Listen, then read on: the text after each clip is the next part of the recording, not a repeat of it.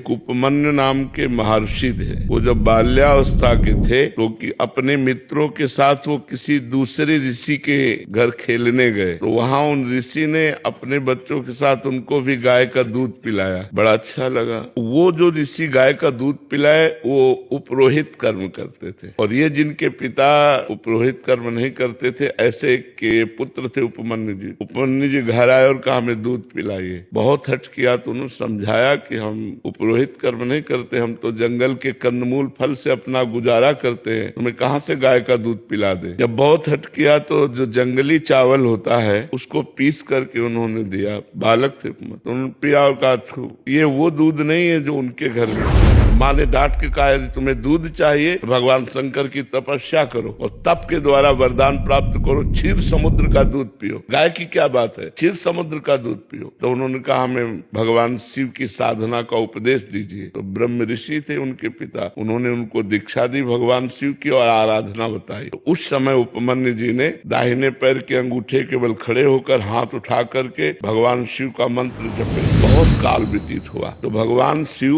उनके सामने शिव रूप में प्रकट नहीं हुए, देवराज इंद्र के रूप में प्रकट हुए, नंदिकेश्वर एरावत के रूप में, और भगवती अम्बा सची के रूप में, और जितने शिव पार्षद सब देवताओं के रूप में। और कहा वरम ब्रूहि, वरदान मांगिए। उन्होंने आंख खोला, देखा देवराज इंद्र, तो प्रणाम किया और कहा देवराज इंद्र मुझे आपसे कुछ नहीं चाहिए, मैं भगवान शंकर का भक्त हूँ, मैंने भगवान शंकर की आराधना की है, मुझे जो कुछ चाहिए वो शंकर से चाहिए। तो निंदा करने लगे, क्योंकि भगवान शंकर ही थे, सीता की भस्म लगाते हैं, मुंडों की माला पहनते हैं न ऐसा। तो उनका सावधान, हमारे ही सामने हमारे इष्ट की यदि निंदा करोगे तो हमको असमर्थ मत समझो, मैं ऋषि बालक हूँ, अगर शाप दे दिया तो आप भी भस्म हो जाओगे। तो फिर वो निंदा शुरू कर दी, क्योंकि वो भगवान शंकर ही थे ना। तो उन्होंने कहा देवराज इंद्र अगर भगवान शंकर मुझे श्वान बना दे तो मुझे स्वीकार है, और तुम अपना देवराज इंद्र पद देना चाहो तो भी स्वीकार नहीं है। मैंने भगवान शंकर की आराधना की, अब एक भी शब्द अगर भगवान शंकर के प्रति बोले तो मैं दंड देने में समर्थ हूँ। फिर वो बोलने लगे, तब उन्होंने अघोर मंत्र का प्रयोग किया। ये मंत्र सिद्ध हो जाए तो किसी के भी ऊपर मारण, मोहन, वशीकरण, उच्चाटन आदि का,